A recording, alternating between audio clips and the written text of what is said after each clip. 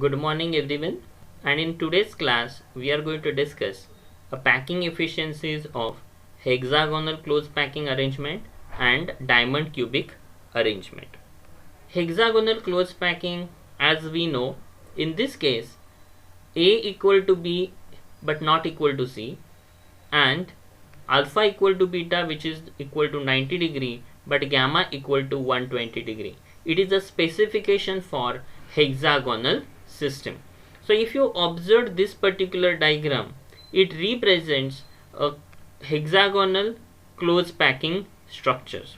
So in this close packing structures, remember the position of particles are occupying the corner positions. As we can see here, there are 6 corner points at the top and 6 at the below, means total 12 corner particles in this particular unit cell, and 2 face center particles lies exactly opposite planes, and 3 additional particle which is present inside the unit cell and occupies a octahedral void present inside the cell. If you look it into this structure broadly, you can observe here the position of particles in the base is same like that of top. Yes or no? So let us call the plane which is below as A and a top plane is also A. But the 3 particles which are occupied between these 2 planes are bit different. Let us call this particular plane as B. Let us consider A is length of side of hexagon, and as the particles at these 2 corners are in contact to one another and R is the radius of the particle, A equal to 2 times R. Let us consider C is the height of the unit cell. Now the coordination number of particles in this particular lattice. With respect to this face centered particle, you can observe this face centered particle is directly connected to 6 particle lies in A plane. Along with that, 3 particles which directly touches to the top and 3 particles which are directly touches below the A plane, and so coordination number of particles present in hexagonal close packing are 12.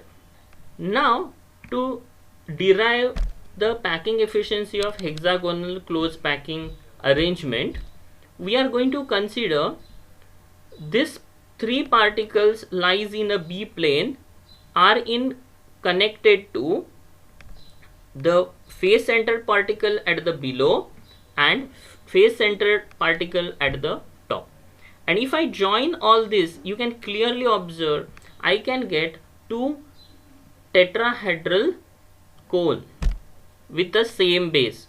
So with respect to the base of these 3 particles, I can get one cone which is having apex below and another cone I can get whose apex at the top, and using that particular diagram we are going to calculate a relationship between A and C. Now to find a relation between A and C, by joining the center of 3 atoms in the B layer to the center of top and bottom hexagonal layer, we get these 2 tetrahedra with a common base. So from this figure we can clearly observe that the height of the unit cell is equal to 2 times OP. Now P is the central point to this equilateral triangle NRM. Height of the unit cell, that is P to P, is equal to 2 times height of tetrahedron, that is 2 times PO. Okay, so now from this diagram, as we have seen, edge length A equal to 2R, and A is nothing but side of the tetrahedron which is equal to PM, because here also particles directly connect to one another. So A equal to PM, also MR, also NR. Now let us consider C upon A. C means height of the unit cell upon edge length. So C upon A is equal to, C is nothing but 2 times OP and A is nothing but MR. So let me call this as equation 1. Now let me draw MX perpendicular to NR. We get a right angle triangle MXR. If I apply Pythagoras theorem to the triangle MXR, according to Pythagoras theorem, square of the side MR, that is MR square, is equal to MX square plus RX square. As we know, MR is equal to A and MX is a half of NR, that is half of A. So by substituting these values and on simplification, I can get the value of MX is equal to root 3 upon 2 into A. So let us call as equation number 2. So we got the value of MX. Now, so when we apply this theorem of equilateral triangle, we know that according to this theorem, MO is equal to 2/3 of MX. So MO equal to 2/3 of MX. So MX value we have calculated in the in equation 2. Substitute the value of MX, simplify, we got a value of MO in terms of A, that is A upon root 3. Now let me apply a Pythagoras theorem to the triangle POM. Now POM is a triangle with the angle O is 90 degree. So according to Pythagoras theorem, PM square is equal to PO square plus OM square. And using this, I get PO equal to square root of PM square minus OM square. PM is nothing but A, value is substituted. MO value we got it in earlier equation, we substituted, and on simplifying I got the value of PO is equal to root 2 upon root 3 into A. Now from equation 1, C upon A is equal to 2 times PO plus MR. So the value of PO I will substitute from this earlier equation. MR we know it is equal to A. On substituting and simplifying, we got a value of C is equal to 2 root 2 upon root 3 into A. Let me call equation number 3. So this is how we found a relationship between height of the unit cell, that is a C, and edge length of the unit cell A. Once we got the relation between A and C, our next aim is to find the volume occupied by particles. And to find out volume occupied by particles, we need to know the total number of particles present in hexagonal close packing structures.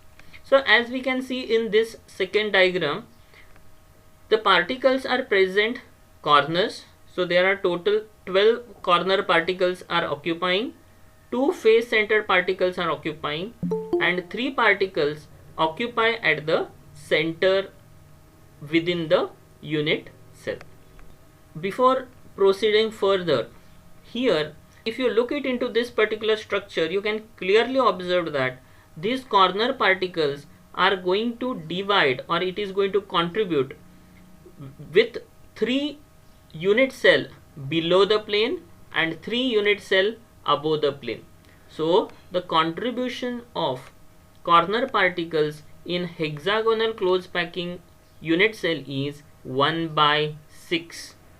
In this unit cell there are 12 corner particles, contribution is 1 by 6, plus there are 2 face center particles and contribution of face center particles are half, plus there are 3 particles lies within the unit cell, so 3 into its contribution is 1, and on simplifying this 12 into 1 by 6 is 2, 2 into 1 by 2 is 1, 3 into 1 is 3. So the total number of particles in HCP are 6.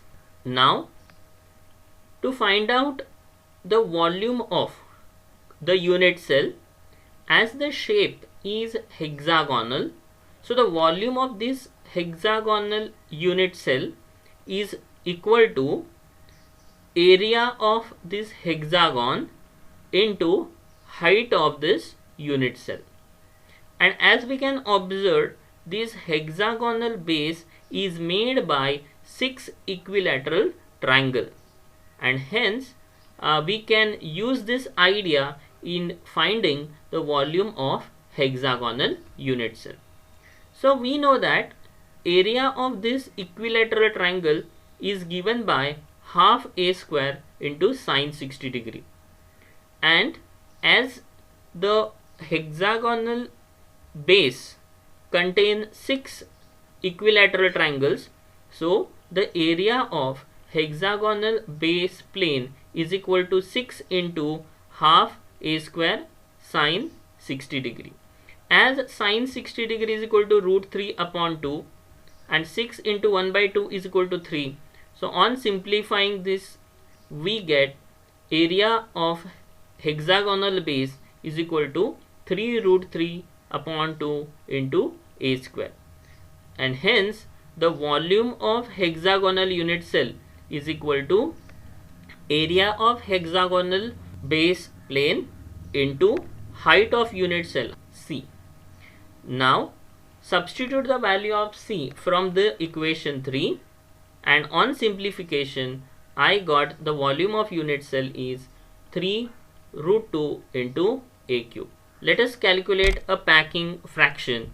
So packing fraction is equal to total volume occupied by particles, which is equal to 6, because there are 6 particles, volume of each sphere is 4 by 3 pi r cube, upon the volume of unit cell is 3 root 2 into a cube.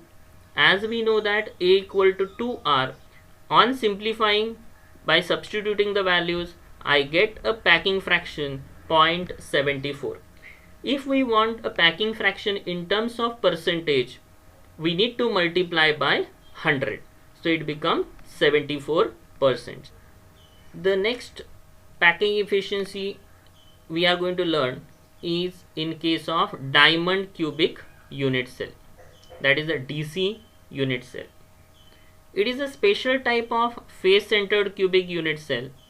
Like in case of face centered unit cell, particles are present at the corners and at the center of each face.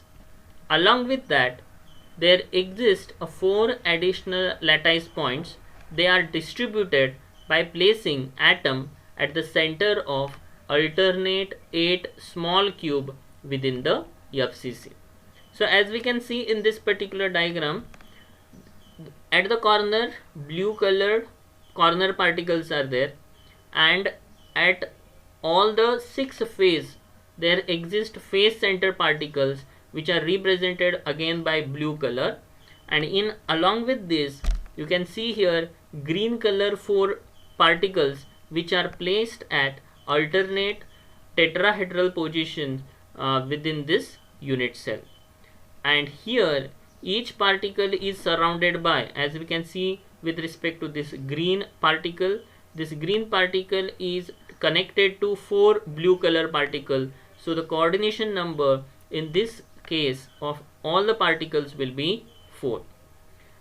So now the total number of particles per unit cell equal to, there are 8 corner particles, and the contribution of corner particles in the cubic structure is 1 by 8, plus there are 6 face center particle, contribution of face center particle is half, plus there are 4 particles which lies within the unit cell, So its contribution is 4 into 1.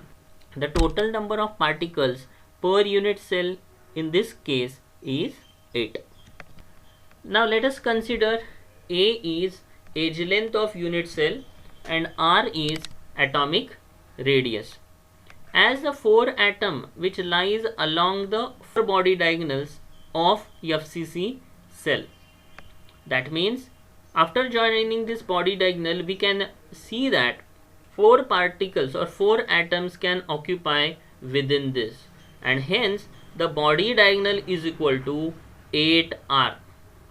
And if I apply a Pythagoras theorem like what we did in BCC arrangement, we know that the body diagonal in terms of A is equal to √3 into A. So I will substitute these values. So body diagonal in terms of R equal to 8R, and in terms of A, that is the edge length, is equal to √3 into A. So I will substitute here, and on simplifying I will get A equal to 8 upon √3 into R. So this is the value of A in terms of R. So now the packing efficiency or packing fraction is equal to the volume occupied by particle, that is 8 into 4 by 3 pi r cube upon A cube, that is the volume of unit cell. Substitute the value of A from this equation in this, and on simplifying I will get the value 0.339, which is on an average 0.34. So in terms of percentage, packing fraction of diamond cubic unit cell is 34%. Normally zinc sulfide will show diamond cubic structure. Thank you.